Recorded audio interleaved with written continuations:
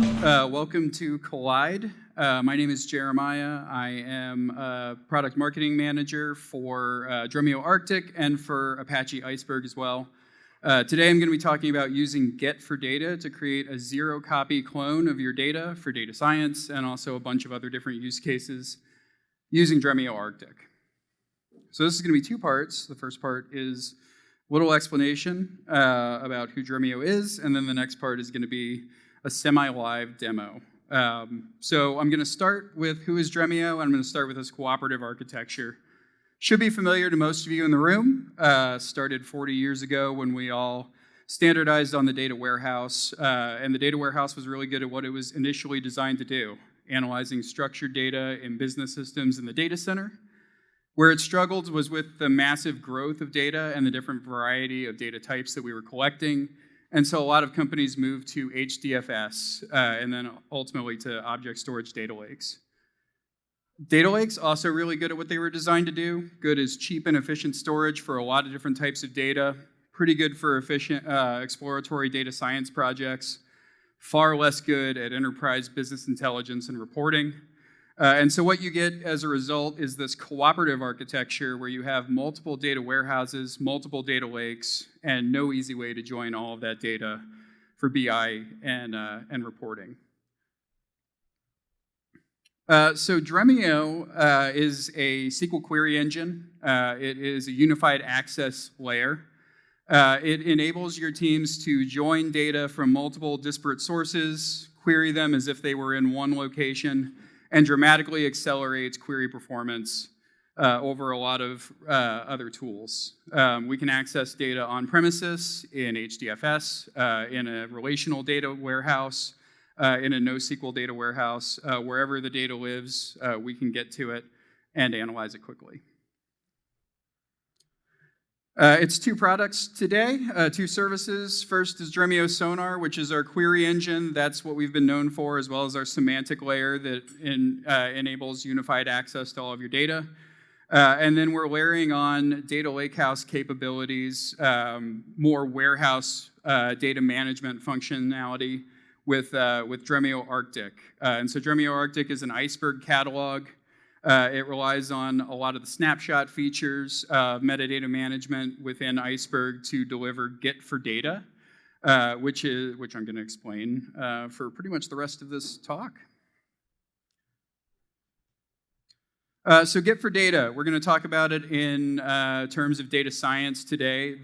The problem is data scientists need access to production quality data in an environment where they're not going to break everybody's dashboards and screw up the data consumers who are also hitting production data.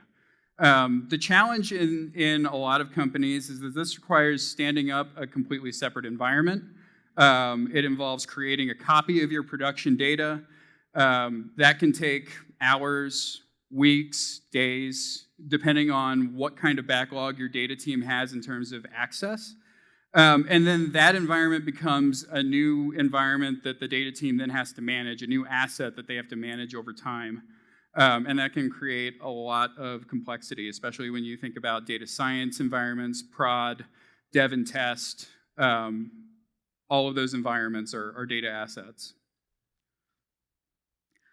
So Get for Data is the idea of using this, the software development best practices from GitHub to manage your data. And so it uses a concept called branching, which is using a set of metadata pointers to create a no-copy clone of your production data. In this scenario right here, you'll have your main branch where all of your data consumers are hitting. We spin up two branches. One is for data science down on the bottom. And data scientists can play with that branch, break it, do whatever they want, and nobody's going to see the results of that in terms of your production users. On the top, we have an ETL branch. And so with an ETL branch, we can ingest new data. We can do data quality checks. We can make sure that we're happy with the data product that we've created before exposing that to our end users via a merge. And so this is a way to give everybody production quality data in just a matter of seconds without having to stand up multiple different environments for different use cases. A couple of advantages. One is isolation. Again, all of this in a branch happens without impacting other users. Those changes don't appear or aren't exposed until you merge to the main branch. You can do data quality checks. You can do whatever you want. Version control. This makes it very easy to ensure that everybody in your organization has access to a single, consistent, and accurate view of production data at all times. And then from a governance perspective, as you'll see in the demo, everything is tracked. All of the changes are tracked via a commit audit that shows everything that's happened on a branch. And of course, we have access controls to make sure only the right people are accessing the data that is the most sensitive. Cool. So that was very quick. We're going to hop into a demonstration. Obviously, I don't have a keyboard in front of me. This was pre-recorded. I'm going to talk through it. It's going to be a lot of fun. It's on YouTube. It's great. There we go. All right. So this is Dremio Cloud. And as I mentioned, we have two different products here. We have Dremio Sonar, which is our query engine and semantic layer. We have Arctic, which is our Iceberg catalog with Get for Data capabilities. You can do a lot of this work in either. I'm going to be running some queries, so I want to jump into Sonar first. So I'll get into my project. I bought an SUV recently, had a baby, so I've got cars on my mind. So I'm going to pretend that I'm a Ford dealership in Annapolis. I have a catalog. I have an Iceberg table. This table is July sales of trucks and SUVs. So I'm going to jump in here and show you the table. And I am going to show you the table. There we go. All right, so this is the main branch. We don't have any other branches yet, and you can see that this table has all of the different makes and models. It has the MSRP, and then it has the actual units sold in July. Now, say I hear from corporate that they're going to bring back the Ford Excursion, which is their heavy-duty SUV. I want to run some scenario analyses. I want to see what July might look like if I had an Excursion to sell. The first thing that I'd have to do is I'd have to request that the data team stand me up a copy of the data. I'd have to have a separate environment because who knows who's using this July sales data in their dashboards. That's the old way. With this new way, all it takes is a create branch function, which again will happen in just a second. It gets better, I promise.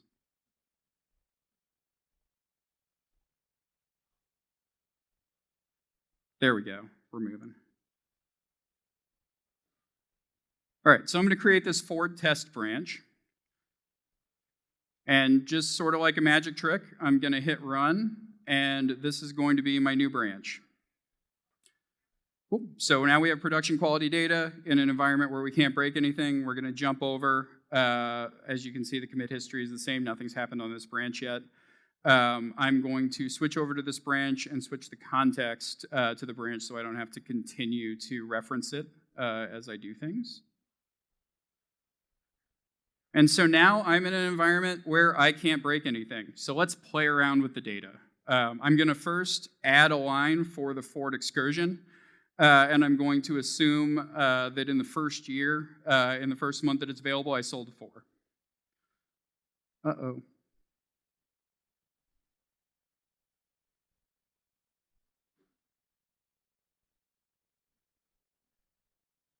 Can you guys see it? Oh.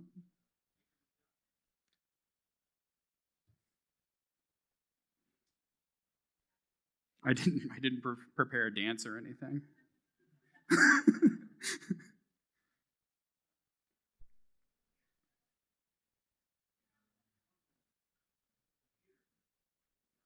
The computer died? Imagine, if you will.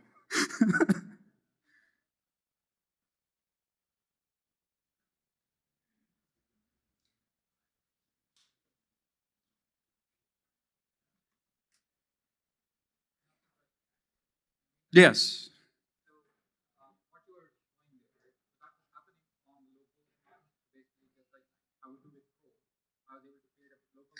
Yep. Yeah.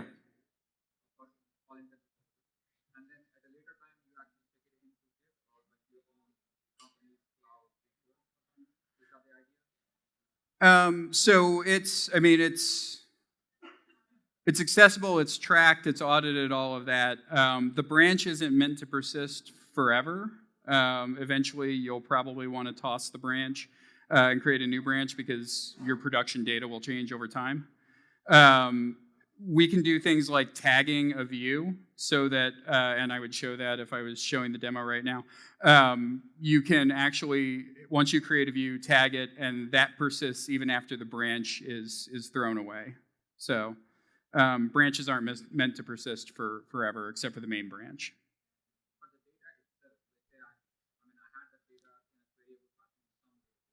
Yeah.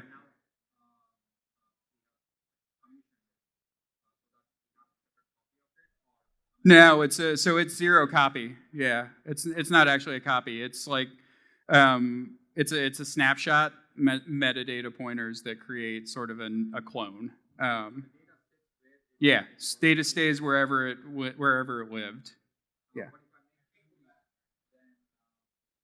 You can't go back? Oh, you're back. Okay.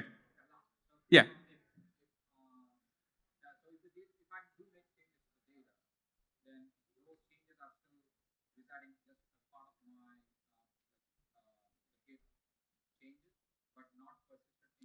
Right. Correct. Until I make a merge, and then it will update the main branch. Okay. Are we good? We're good. Okay. Start rolling. Okay. So I've added the where am I? Excursion. That's right. Okay. And now, because I am going to assume that I didn't just sell 4 net new excursions, maybe I upsold an expedition user or two. I'm going to change the number of expeditions that I sold. So that'll take just a second. And so I've made a couple of changes to this data, and now I'm going to run a select star so that we can see those changes in the table.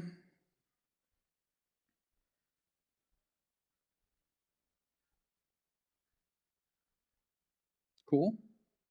And there we go. Changes are there. You can see I have a line for the excursion. I have an updated expedition number. And again, this is in the Ford test branch. The main branch remains unchanged, so my production users are not going to see this, and now I'm going to run a select on that as well so that we can see that the data has not changed.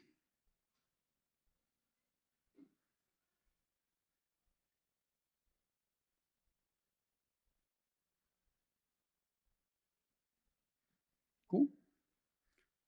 Yep, and so there it is, and the nice little lag showed you that the data in fact has not changed. So let's tag this view so it's easily discoverable by a lot of different people. I could do that in here, but I would rather jump over into Arctic and show a couple of the features of the catalog prior to jumping back here.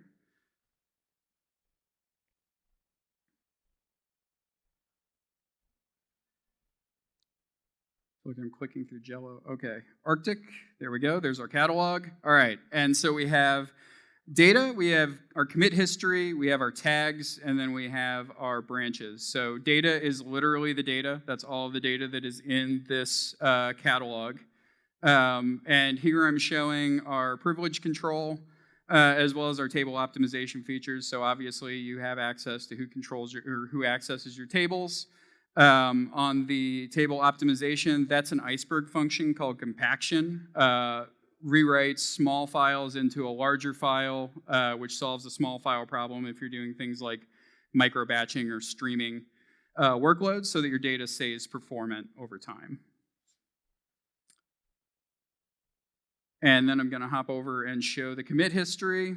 And so this is a full audit of all of the changes that have been made on a branch.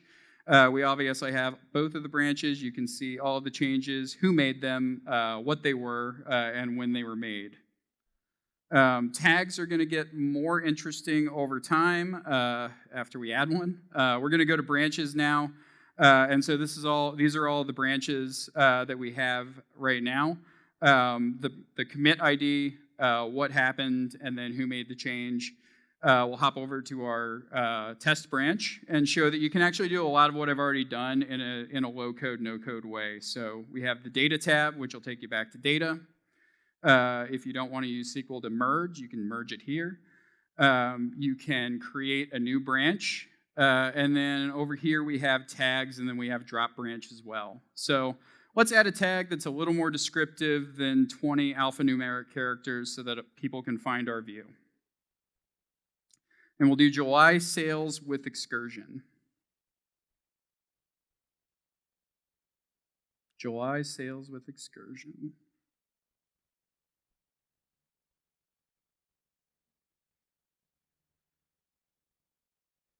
Cool. And we have now added a tag that is in our tags tab, as well as in our commit history and branch view once we get back over to the SQL runner, so that it is very easy to find and show that view.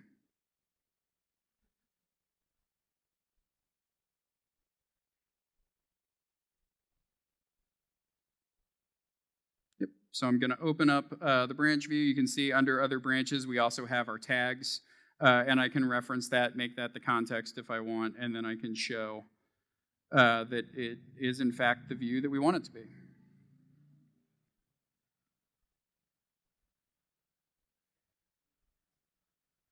Cool. So that is the view. Now, obviously, this is a test branch. We don't necessarily want to expose this stuff to our end users, but I just want to show how easy it would be if we did use it for ETL or data quality to both make changes to the main branch and then revert those changes if we didn't, in fact, want to make them. So it's as easy as a merge to main command.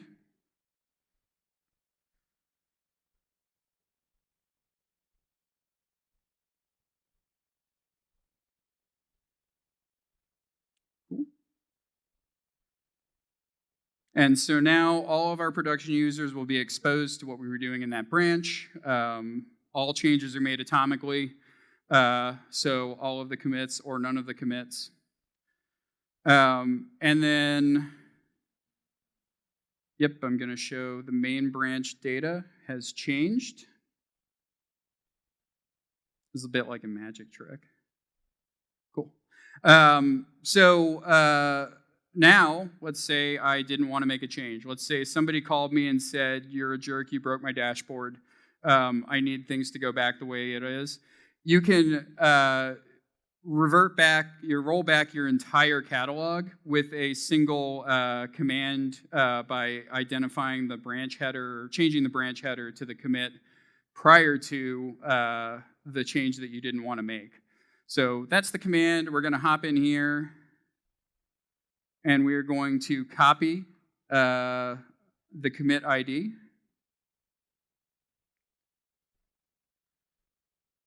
Don't apply, although you can use the apply function. Very helpful if you actually want to go back and make sure that's the view that you, in fact, want to make the branch header. So you can take a look at that. And there we go. We've rolled back the changes. It is like nothing ever happened, and all of our production users are happy again. And you never believe that the woman who got sawed in half is fine until you see it. So we're going to run one more select statement.